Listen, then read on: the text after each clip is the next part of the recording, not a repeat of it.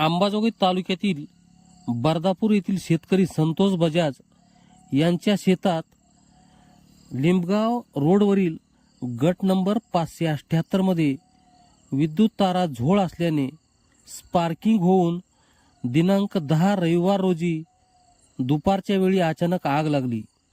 या आगीत जनावरांचा चारा, यात 5000 कडब्याची बनीम, सोयाबीनचे गुळी, पाईपलाईन, वायर व इतर शेती उपयोगी साहित्य जळून खाक झाले।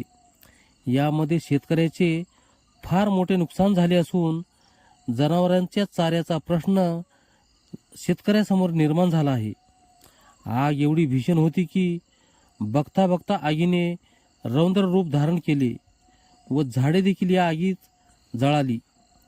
आगीचा डोम बघून परिसरातील नागरिक धावून आले व आग विझवण्याचा प्रयत्न केला। जनावरांचा चारा कुठून आणावा व जनावरांना काय खाऊ घालावे असा प्रश्न शेतकऱ्याला पडला आहे।